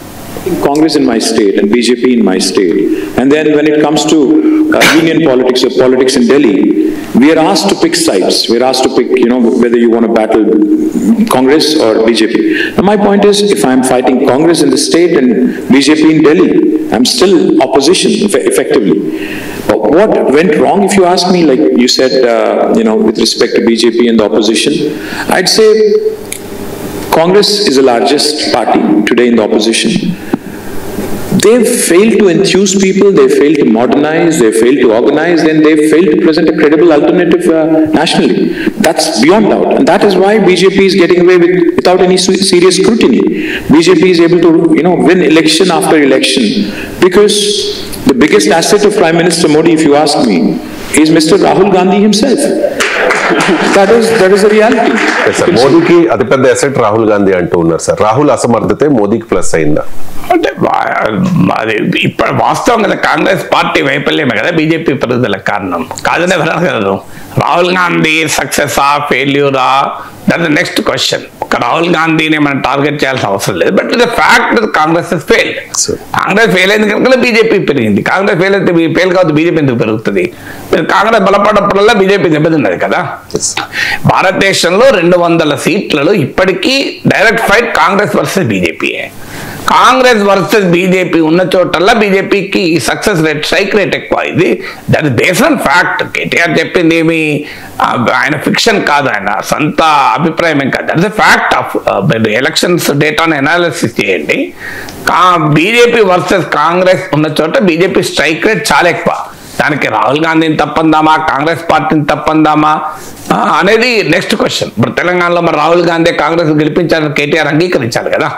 సో రాహుల్ గాంధీ సమర్థత వల్లనే కేసీఆర్ ఓడిపోయాడు, కేసీఆర్ అసమర్థత వల్లనే బీఆర్ఎస్ ఓడిపోయిందని అంగీకరిస్తాడా? లీడర్ పాత్ర ఉంటుంది ఖచ్చితంగా. ఇప్పుడు రాహుల్ గాంధీ గెలిపించాడు తెలంగాణలో కాంగ్రెస్ను, కేసీఆర్ బీఆర్ఎస్ను ఓడించాడు అంటే కేటీఆర్ ఒప్పుకుంటాడా? సో మన కేసీఆర్ అసమర్థత వల్లనే కదా రాహుల్ గాంధీ ఇక్కడ గెలిచింది. అంటే మన దేశంలో రాహుల్ గాంధీ వల్లనే బీజేపీ గెలిచింది అంటే తెలంగాణలో రాహుల్ గాంధీ వల్ల కేసీఆర్ ఓడిపోయాడని కూడా ఒప్పుకోవాలి. అంటే fight between Rahul Gandhi and కేసీఆర్లో రాహుల్ గాంధీ గెలిచాడని కేటీఆర్ ఒప్పుకోవాలి కదా.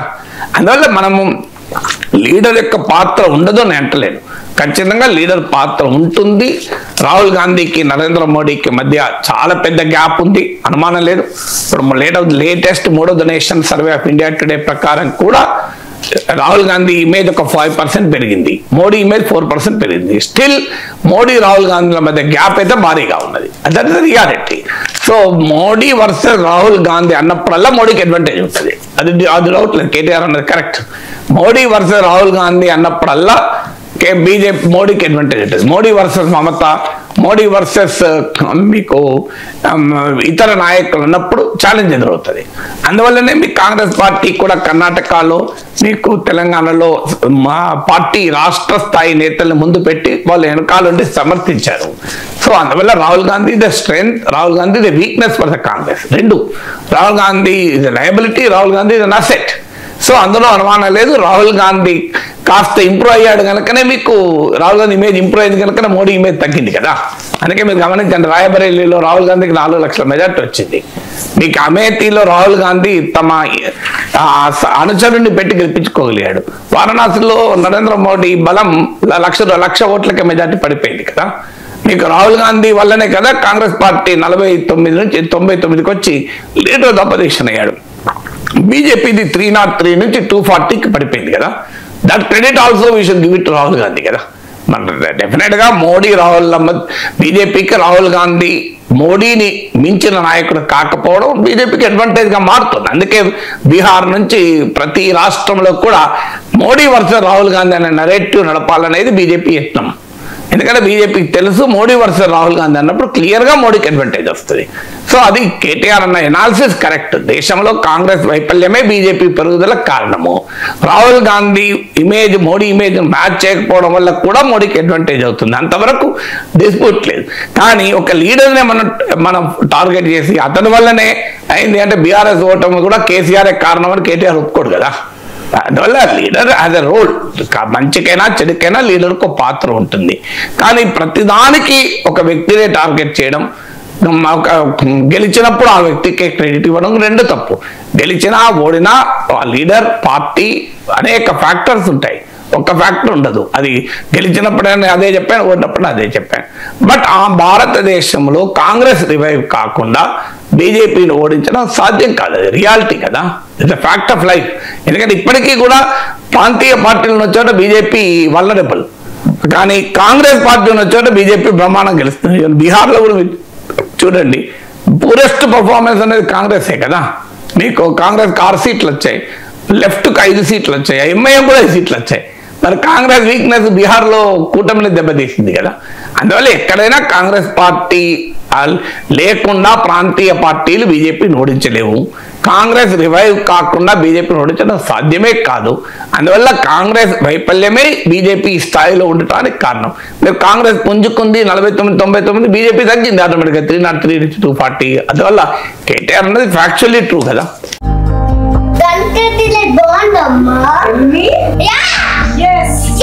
కంట్రీ డిలైట్ బఫెలో మిల్క్ ని మా ఫ్యామిలీ వాళ్ళకి ఎప్పటి నుండో వాడుతున్నాను. ఈ పాల ఫస్ట్ యూజ్ నుండి నాకు దీనిపైన చాలా నమ్మకం వచ్చింది. Choose Country Delight and live better. Sanchar Saathi app పై విపక్షాలు అభ్యంతరం వ్యక్తం చేశాయి. ప్రజల గొంతు నులిమే చర్య, వ్యక్తిగత గోప్యతపై దాడి అంటూ విపక్షాలు విమర్శలు సంధించిన పరిస్థితి.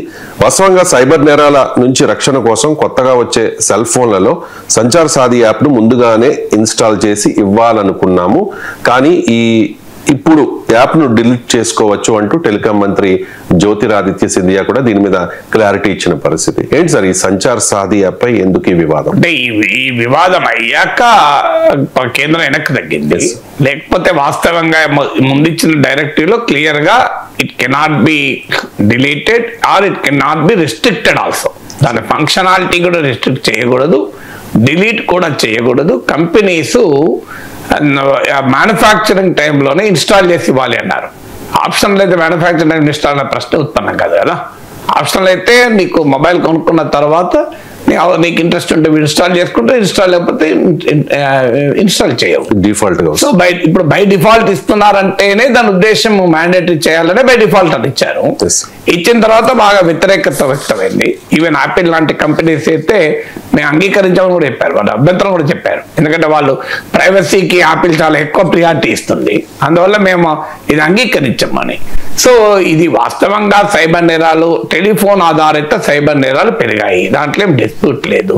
ఇప్పుడు మీకు 2024 డేటా చూస్తే 11 మిలియన్ మొబైల్ కనెక్షన్లను బ్యాంక్ నిషేధించారు. 11 మిలియన్ అన్ని అంటే 1.1 మిలియన్ అంటే 11 లక్షల మీకు వీటి సోషల్ మీడియా వాట్సాప్ అకౌంట్లను ఆపేశారు. అంత పెద్ద ఎత్తున జరుగుతుంది. మీకు మామూలుగా కాదు, మీకు 71,000 సిమ్ ట్రేడర్స్ బ్యాన్ చేసింది కేంద్రం. 50,000 మొబైల్ ఫోన్లను నిషేధించింది, ఆ సెట్టే వాడద్దని. అందువల్ల ఈ స్థాయిలో సైబర్ నేరాలు జరుగుతున్నాయనటానికి టెలిఫోన్ ఆధారిత సైబర్ నేరాలు జరుగుతున్నాయనే నిజం. దాన్ని అరికట్టేందుకు అంటే ఫోన్ పోతే ఫోన్ దొరకడం నుంచి మొదలుకొని మన ఫోన్ ఇంకెవడో వాడుకోవడము, ఇలాంటివన్నీ అరికట్టడానికి ఈ సంచార్ సాథి వెబ్సైట్ 2023లోనే ప్రారంభించింది ప్రభుత్వం. ఇప్పుడు వివాదం ఏంటంటే దాని యాప్ కంపల్సరీగా ఉండాలి, దాన్ని డిలీట్ చేసుకోరాదు, రెస్ట్రిక్ట్ చేయరాదు అన్నప్పుడు క్వశ్చన్ వచ్చింది. ఎందుకంటే ఈ సంచార్ సాథికి చాలా మీ కెమెరా యాక్సెస్ అయిపోతుంది, మీ ఎస్ఎంఎస్లు యాక్సెస్ అవుతాయి, మీరు ఇచ్చేటువంటి మీ కాల్ డేటా యాక్సెస్ అయిపోతుంది, మీ లొకేషన్ షేర్ అవుతుంది. అంటే కంప్లీట్గా మనం ఎవరితో మాట్లాడుతున్నాం, ఏ మెసేజ్ ఇచ్చుకుంటున్నాం, మనం ఏం చేస్తున్నాం, మనం ఎక్కడ ఉన్నాము, ఇవన్నీ కూడా దానికి తెలిసిపోతుంది. ఒక రకంగా ఒక మనిషి నీ మొబైల్ ఫోన్లో ఉండి నేను అబ్జర్వ్ చేస్తున్నట్టు. మరి ఇది ప్రైవసీ కన్సర్న్ కాదా? ఇప్పుడు మంచి ఉద్దేశంతో చేసినా చెడు రిజల్ట్ రాకూడదు కదా. ఉద్దేశాలు తప్పేమని నేను అనలేదు. కేంద్ర ప్రభుత్వం ఖచ్చితంగా సైబర్ నేరాలను అరికట్టడానికి ఉద్దేశించిందే అనుకుందాం. I'm not even finding fault with intentions. Intention ఏదైనా రిజల్ట్ ఏంటి? ఇంటెన్షన్ ఏదైనా రిజల్ట్ అనేది ఇంపార్టెంట్ కదా. మీకు ఏదో వెన్నునొప్పి లేస్తుందని నేను మసాజ్ చేస్తా అని చెప్పి వెన్నులో కొట్టిన అనుకోండి, సార్ నా ఉద్దేశం అది కాదు, నేను మసాజ్ చేసి మీ బ్యాక్ పెయిన్ తగ్గిద్దాం అనుకున్నా అని చెప్పి, కానీ గట్టిగా ప్రెస్ చేసి వెనక ఇరగొట్టి ఇరిగిపోతా అనుకోలేట నడుస్తుందా? నీకు అల్టిమేట్గా నీ ఇంటెన్షన్ ఏదన్నది ముఖ్యం కాదు కదా, రిజల్ట్ ఏంటి అనేది.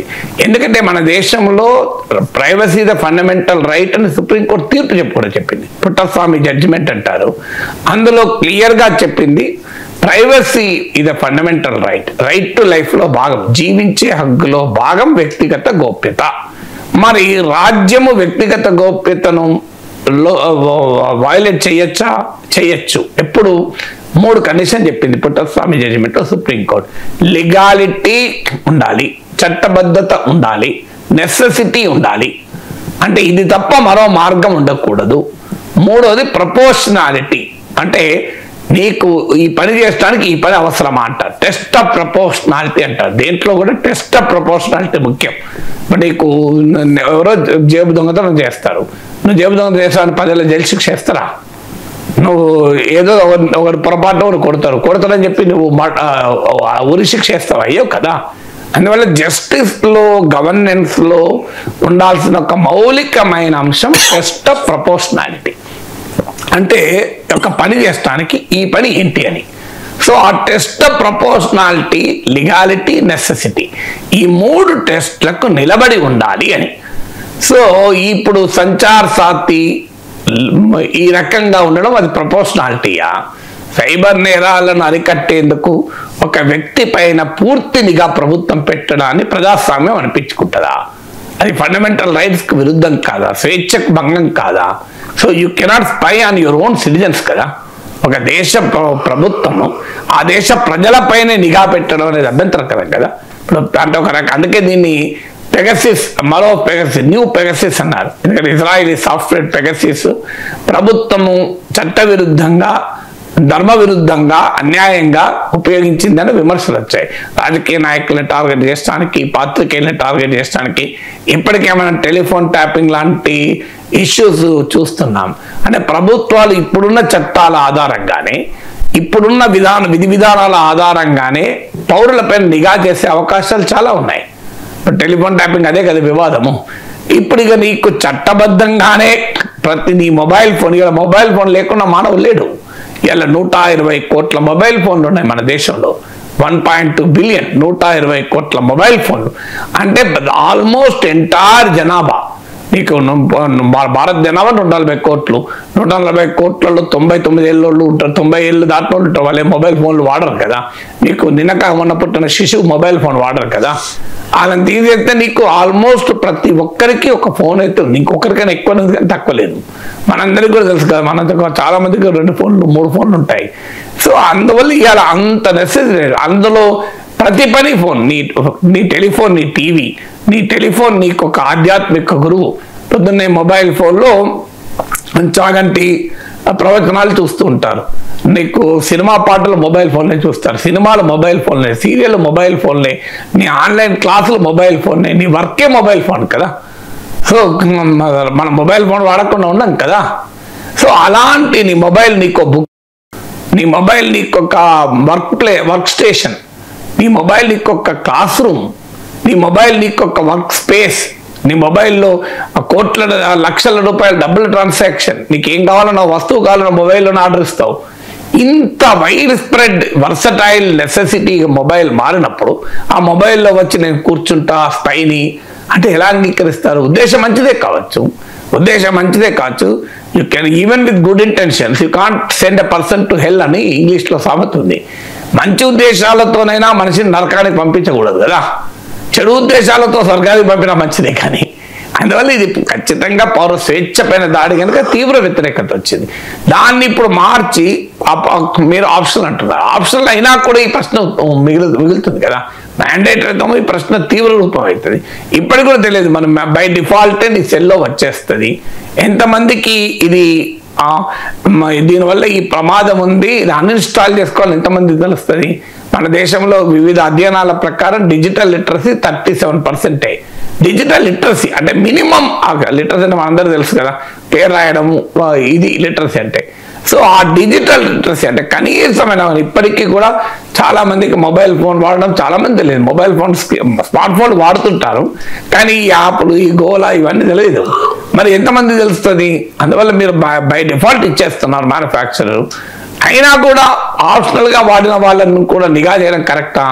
ఎస్, ఆప్షనల్గా వాడతాం, వాడినంత మాత్రం ప్రభుత్వం నిఘా చేయొచ్చా అనే కన్సర్న్స్ అయితే మిగిలే ఉన్నాయి కదా.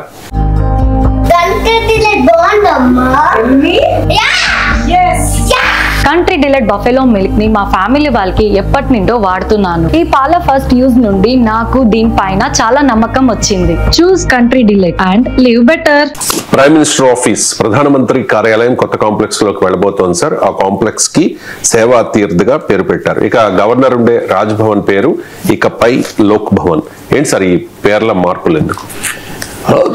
పేర్లు ఏముంది, ఇప్పుడు మీకు రావిశాస్త్రి మాట ఉంది ఒకటి, శర్మ అయితేనేం వర్మ అయితేనేం పల్లెక్లో ఉన్నవాడు వాడి బరువెంతో అన్నదే ముఖ్యం కదా మోసేవాడికి అని. సో పల్లెకి మోసేవాడికి ఆ ఏ పేరుతో ఉన్నవాడైతే వర్మ అని పేరుతో ఉంటే శర్మ అని పేరుతో ఉంటుంది, తేడా ఏం లేదు కదా. సో అల్టిమేట్లా మోసేవాడికి తెలుసు వాడు బరువు ఎంత అంటాడు.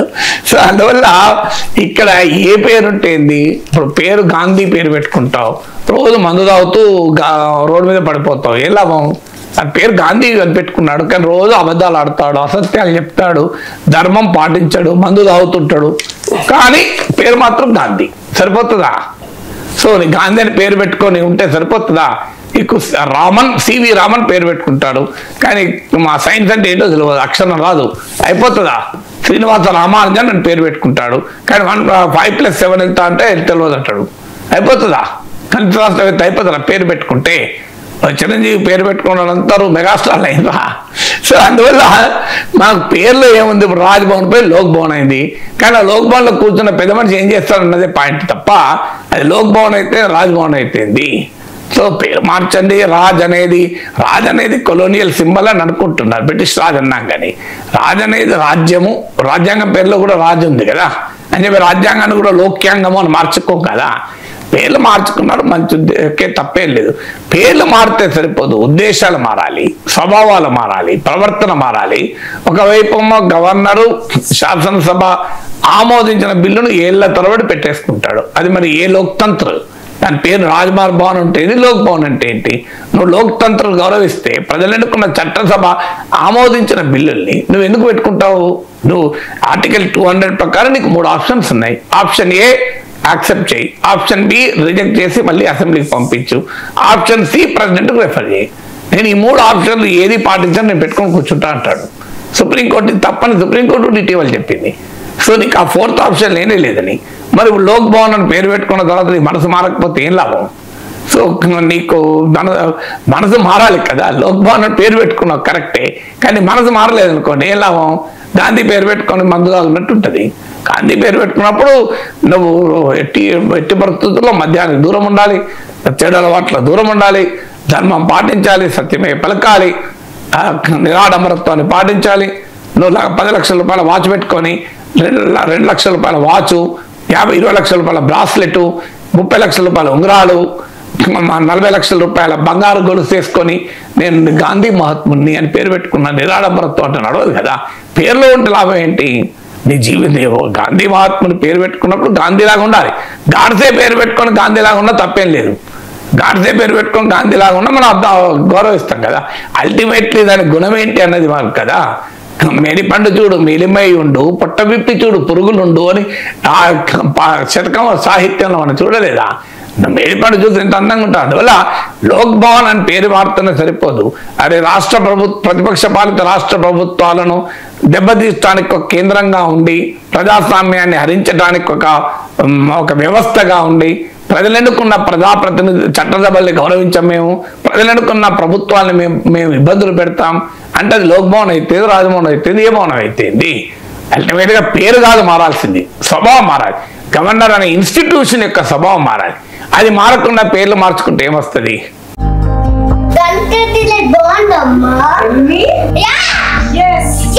కంట్రీ డిలైట్ బఫెలో మిల్క్ ని మా ఫ్యామిలీ వాళ్ళకి ఎప్పటి నుండో వాడుతున్నాను. ఈ పాల ఫస్ట్ యూజ్ నుండి నాకు దీనిపైన చాలా నమ్మకం వచ్చింది. Choose Country Delight and live better. Pakistan మాజీ ప్రధాని ఇమ్రాన్ ఖాన్ అడియాలా జైల్లో హత్యకు గురయ్యారనే వార్తలు వచ్చాయి కదా సార్. దీని మీద ఖవాజా ఆసిఫ్ పాకిస్తాన్ రక్షణ మంత్రి కూడా క్లారిటీ ఇచ్చారు. 5 స్టార్ ఫెసిలిటీస్ ఇస్తూ ఉన్నాము అని చెప్పి రీసెంట్ గా. అంటే నిన్న ఇమ్రాన్ ఖాన్ సోదరికి అవకాశం ఇచ్చారు, అనుమతి ఇచ్చారు. కొంతమంది పీటీఐ నాయకులకు కూడా అనుమతినిచ్చారు ఇమ్రాన్ ఖాన్ ను కలిసేందుకు. బట్ ఇమ్రాన్ ఖాన్ పరిస్థితి అంటే చాలా దయనీయ స్థితిలో ఆయన ఉన్నట్లుగా వార్తలు వస్తూ ఉన్నాయి సార్. పీటీఐ కూడా ఒక ప్రకటన కూడా ఇష్యూ చేసిన పరిస్థితి. ఇమ్రాన్ ఖాన్ బతికే ఉన్నాడా లేదా అనే దానిపై ఎందుకు ఇంత చర్చ జరుగుతోంది సార్? అంటే వాస్తవంగా ఇది 29th ఎందుకు ఇంత చర్చ జరుగుతుందనేది మనం ఇదివరకే మాట్లాడేశాం. దాని రీజన్స్ కూడా చెప్పాము. కానీ ఇక్కడ క్వశ్చన్ ఏంటంటే, ఇలా ఎందుకు పాకిస్తాన్ ప్రభుత్వం వివరిస్తోంది? ఇప్పుడు ఇన్ని రోజులుగా అసలు బతికున్నాడా లేడా అని అనుమానం వచ్చినప్పుడు ఈ పని అయితే ఎప్పుడో చేయొచ్చు కదా. 29 రోజుల తర్వాత వాళ్ళ సిస్టర్ని ఎలా చేశారు. సో ఎందుకు చేస్తున్నారు అంటే దీనికి రీజన్ ఉంది. సో ఇవాళ పాకిస్తాన్ ఆర్మీ దాని చీఫ్ అయినటువంటి అసీం మునీర్ మొత్తం వ్యవస్థలన్నీ తన గుప్పిట్లో పెట్టుకున్నాడు. ప్రధానమంత్రి ఏమీ లేదు, ఆయన పవర్స్ లేవు. అసలు ఆర్మీ ఒక రకంగా అప్రకటిత కు. పాకిస్తాన్లో బహిరంగ సైనిక తిరుగుబాట్లు చాలా జరిగాయి, కానీ ఇప్పుడు ఇది అప్రకటిత మిలిటరీ కు పాకిస్తాన్లో జరుగుతుంది. ఈవెన్ సుప్రీం కోర్టు కూడా అధికారాలను కత్తిరించాడు. ఇటీవల 27th కాన్స్టిట్యూషనల్ అమెండ్మెంట్, పాకిస్తాన్ రాజ్యాంగానికి 27వ సవరణ ద్వారా ఈవెన్ సుప్రీం కోర్టు పైన ఇంకో కోర్టు పెట్టాడు, ఫెడరల్ కాన్స్టిట్యూషనల్ కోర్ట్ అని. దాన్ని అసీం మునీర్ తన గుప్పిట్లో పెట్టుకుంటాడు. సో వ్యవస్థలన్నీ ఆర్మీ చేతిలో గుప్పిట్లో ఉంది. ఆర్మీ తిరుగులేని అధికారాలకు ఇవాళ ఏకైక ప్రతిఘటనగా ఇమ్రాన్ ఖాన్ ఉన్నాడు. ఇమ్రాన్ ఖాన్ ఏం గొప్పవాడు కాదు. ఇమ్రాన్ ఖాన్ అనేక రకాల అవినీతికి పాల్పడ్డాడు. 150 కేసులు ఉన్నాయి ఆయన మీద. 14 ఏళ్ళ జైలు శిక్ష అనుభవిస్తున్నాడు. అన్ఫేర్ జస్టిస్ సిస్టమ్ పాకిస్తాన్లో ఉన్నా ఇమ్రాన్ ఖాన్ అయితే అవినీతికి పాల్పడ్డాడు. తన రాజకీయ ప్రత్యర్థుల పైన దుర్మార్గమైన నిర్బంధాన్ని ప్రయోగించాడు. So Imran Khan is not an ideal leader. ఇది మనము ఇమ్రాన్ ఖాన్ ఏదో సమర్థిస్తున్నట్టు అనుకోకూడదు. ఇమ్రాన్ ఖాన్ కూడా భారత వ్యతిరేక వైఖరి అనేక సార్లు తీసుకున్నాడు.